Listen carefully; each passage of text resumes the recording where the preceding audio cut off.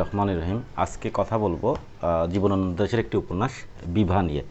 এই বইটি তো জীবনানন্দ দাশকে তো আমরা আসলে কবি হিসেবেই জানি, কিন্তু উনি উপন্যাসও লিখেছেন বেশ কয়েকটি।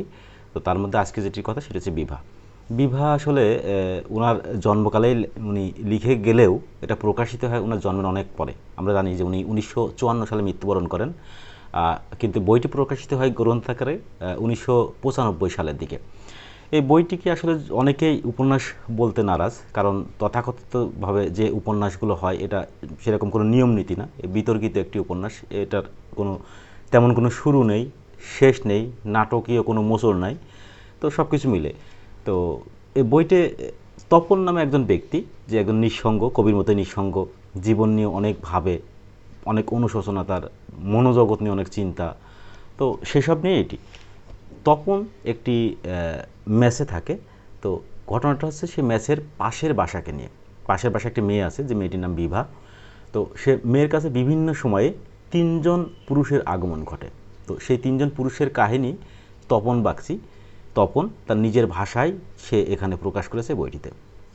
সেও বাসায় থাকে, পাশের বাসায় বিভা, তার কাছে প্রথমে সে মোক্ষদা, সে একজন কবি টাইপের ভবঘুরে লোক।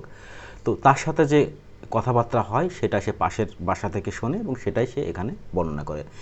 তো একটা মজার ব্যাপার হচ্ছে যে এই মোক্ষদার সাথে একবার একটা পাখি ছাড়তে সে বাগানে চলে যায়।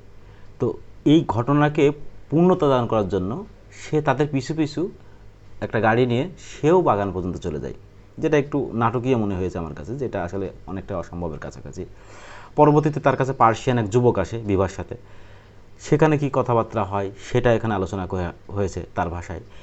লাস্টটা একজন ডাক্তার আসে, সে বিভার সাথে কি কথাবার্তা বলে সেটা এখানে। এবং প্রত্যেকজনই এসে বিভাকে আসলে প্রেম নিবেদন করে, এবং বিভাকে একজন প্রেমময়ী নারী ওখানে মনে হয়েছে। বিভা যদিও কাউকেই গ্রহণ করেনি, যদিও কোনো একটা জায়গায় মনে হচ্ছে মোক্ষদাকে পছন্দ করে, বাট যারা তার জীবনে এসেছে একবারে এসে, মোক্ষদা যখন আসলেন উনি চলে গেলেন, আর আসলেন না। পার্সিয়ান যুবক আসলেন, প্রেম নিবেদন করলেন, বিবাহ গ্রহণ করলেন না, উনি আর আসলেন না। এরপরে তো ডাক্তার, এভাবেই। তবে ডাক্তার কিন্তু একটা জায়গায় সে বলে দিয়েছে যে তোমাদের পাশের বাসায় যে ম্যাচ থাকে, ম্যাচের ছেলেরা কিন্তু আসলে পাশের বাসায় কী হচ্ছে সেটা দেখে, অনেক সময় দূরবীন দিয়ে মহিলাদের অন্দরমহল দেখার চেষ্টা করে, তুমি একটু সাবধান থাকো। সে কিন্তু সাবধান করেছে, যদি বিবাহ এটা বিশ্বাস করেনি, কিন্তু ঘটনাটা এটাই ঘটেছে।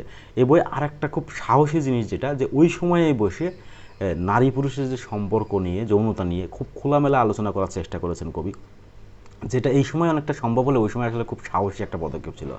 তো এই সব কিছু নিয়ে আসলে একটি বই। এটা 122 পাতার মতো একটি বই। কতটুকু উপন্যাস হয়েছে আমি জানি না, কারণ শুরুতেই বললাম যে এটা বিতর্কিত একটু উপন্যাস, তিনজনের কাহিনী নিয়ে বিভার সাথে। তো যদি আপনারা পড়া শুরু করেন তো একই রকম, মানে ওই যে কোনো ক্লাইম্যাক্স নাই, ধরেন একই সরল লেখায় জিনিসগুলো পড়তে থাকবেন, চলতে থাকছে। বিভা আছে, ওনার কাছে লোক আসছে, কথা বলছে, তারপরে পার্সিয়ান যুবক আসলো, কথা বললো, এরপর ডাক্তার আসলো, কথা বললো, এভাবে বইটি শেষ হয়ে গেল। খুব আরামে রিল্যাক্সে পড়ার মতো একটি বই। সময় পেলে পড়বেন, ভালো থাকবেন। আল্লাহ হাফেজ।